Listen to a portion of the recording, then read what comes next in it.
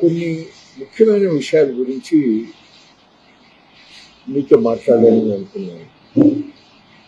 ముఖ్యంగా చాలా ఆందోళన కలిగించే వార్తలు నిన్న మొన్న బహుశా మీరు కూడా చూసే ఉంటారు. ఇదివరకే అమరావతి రాజధాని కొరకు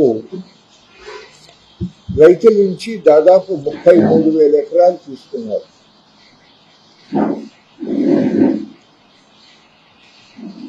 రోడ్లు కానీ, వాగులు కానీ, కొండలు కానీ అన్నీ కలిపి దాదాపు 58,000 ఎకరాల విస్తీర్ణం ఉంది అంతకు ముందే. కౌన్సిల్, హైకోర్టు, అట్లాగే ఇవన్నీ కలిపి వచ్చేది పరిపాలనా వ్యవస్థకు సంబంధించి, అట్లాగే వాళ్ళ రెసిడెన్షియల్ కాంప్లెక్సెస్ సంబంధించి అవసరమైనటువంటి భూమి 2,700 ఎకరాలు మాత్రమే. మిగిలింది నవనగరాలు ప్లస్ కొంత భూమి, ఇంకా 6,000 ఎకరాలు స్పేర్గా మిగిలి ఉంటుంది. ఇంతవరకు అందులో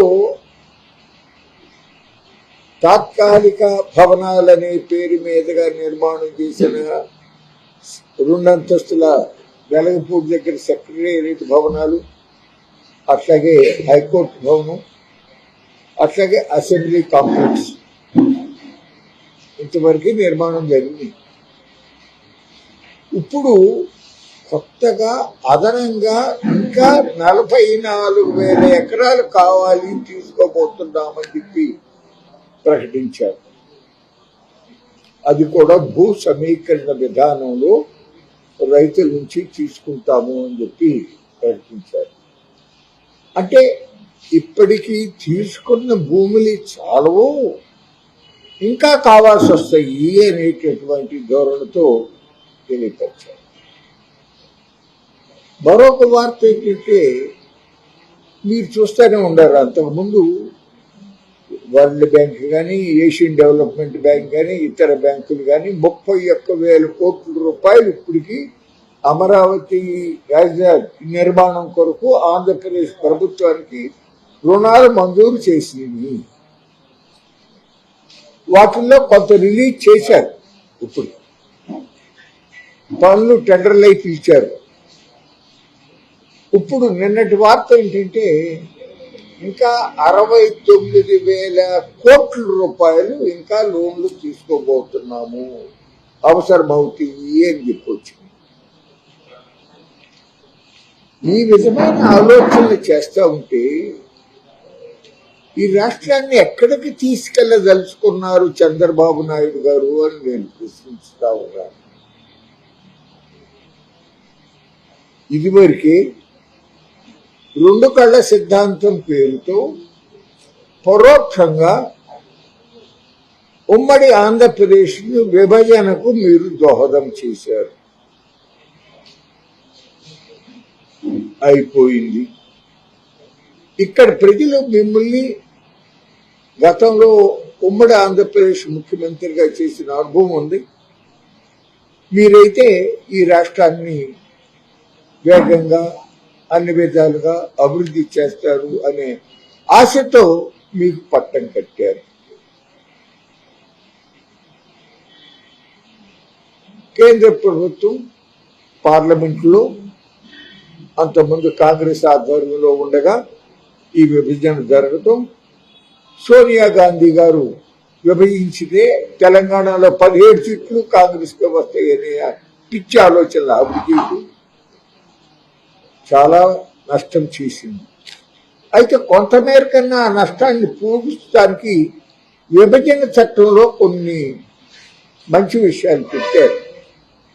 ఆంధ్రప్రదేశ్కు సంబంధించినంత వరకు బడ్జెట్ డెఫిసిట్ ఏదైతే ఉంటుందో అది పూడుస్తాము, ఆంధ్రప్రదేశ్కి స్పెషల్ కేటగిరీ స్టేటస్ ఇస్తాము, వెనుకబడిన ప్రాంతాల అభివృద్ధికి అదనంగా కోరాపుట్, బోలంగీర్, కల్హండి జిల్లాలకు ఏ రకంగా ఒరిస్సాలో ఇచ్చారో ఆ రకంగా మేము నిధులు అందజేస్తాము. పోలవరం ప్రాజెక్టు ఖర్చు యావత్తు కూడా సెంట్రల్ గవర్నమెంటే భరిస్తుంది. ఈ విధంగా చాలా స్పష్టమైనటువంటి హామీలను విభజన చట్టంలో పేర్కోవడం జరిగింది. అట్లాగే మన ఆంధ్రప్రదేశ్ రాష్ట్రంలో ఇప్పటికి మిగులు జలాల మీద ఆధారపడి నడుస్తూ ఉన్నటువంటి పథకాలు ఏవైతే ఉండే గాలేరు నగరి, హంద్రి నీవా, వెలిగొండ, తెలుగంగ, ఇవి మీరు కంటిన్యూ చేసుకోవచ్చు. తెలంగాణలో 2 మాత్రం అక్కడ కంటిన్యూ చేసుకోవచ్చు అని చెప్పి చాలా స్పష్టంగా పేర్కొన్నారు. మన దురదృష్టం ఏంటంటే కేంద్రంలో అధికారంలో ఉన్నటువంటి మోడీ ప్రభుత్వం ప్రత్యేక హోదా ఎగ్గొట్టేసింది. వెనుకబడిన ప్రాంతాల అభివృద్ధికి అస్తుపిచ్చుగా ఒక 200 కోట్లు కేటాయించినట్లే కేటాయించి మళ్ళీ వెనక్కి తీసేసుకుంది. 16,000 కోట్ల రూపాయలు రెవెన్యూ లోటు ఉంటుంది అని చెప్పి మరమంటం కాదు, కాకు లెక్కేసినప్పటికీ కూడా దాన్ని కూడా ఏమన్నటువంటి పరిస్థితి జరిగింది.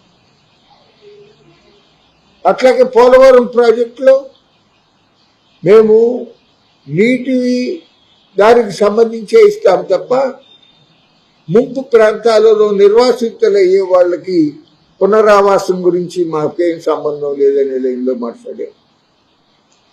అట్లాగే రాజధానిలో సెక్రటేరియట్, అసెంబ్లీ, హైకోర్టు ఇవన్నీ సెంట్రల్ గవర్నమెంట్ ఆఫీసర్లకు సంబంధించిన ఇల్లు అమ్మాబాబుతూ వాటికి సంబంధించినటువంటి ఇన్ఫ్రాస్ట్రక్చర్కి ఇవ్వవలసినటువంటి డబ్బు మన రాష్ట్ర ప్రభుత్వం ఒక 6,000 కోట్ల రూపాయలు ఖర్చు అవుతుంది. ఇక రోడ్లు, డ్రైన్లు ఇటువంటి కూడా కలిపి ఒక 10,000 కోట్లు ఇవ్వండి అని చెప్పి చంద్రబాబు నాయుడు గారు కోరాడు.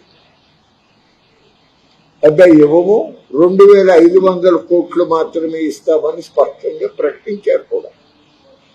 ఈ విధమైన అన్యాయం కేంద్ర ప్రభుత్వం, మోడీ ప్రభుత్వం చేస్తా ఉండా చంద్రబాబు నాయుడు గారు సరైన విధంగా పోరాటం చేయాల. దానివల్ల చాలా నష్టం జరిగింది. దానికి తోడు ఎందుకో మొత్తానికి 2019కి కొద్దిగా ముందు ఆయన మోడీ మీద బాగా ధ్వజం ఎత్తాడు. అంతకుముందు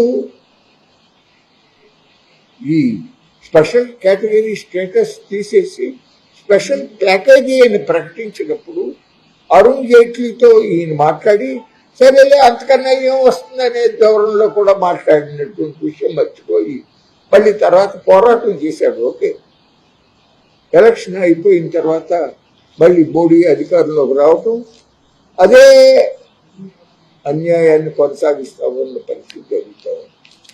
ఈ నేపథ్యంలో ఇప్పుడు మళ్ళీ చంద్రబాబు నాయుడు గారి ప్రభుత్వంలో మళ్ళీ కార్యక్రమం నడుస్తూ ఉంది. విభజన తర్వాత నేను లోగడే 2019 ఎలక్షన్లకు ముందు సిద్ధార్థ ఆడిటోరియంలో ఒక చాలా పెద్ద మీటింగ్ జరిగింది. చాలా మంది ప్రముఖులు కూడా వచ్చారు. దాంట్లో నేను నేల విడిచి సాము చేయటం తగునా అనే ఒక పుస్తకాన్ని రిలీజ్ చేయడం జరిగింది.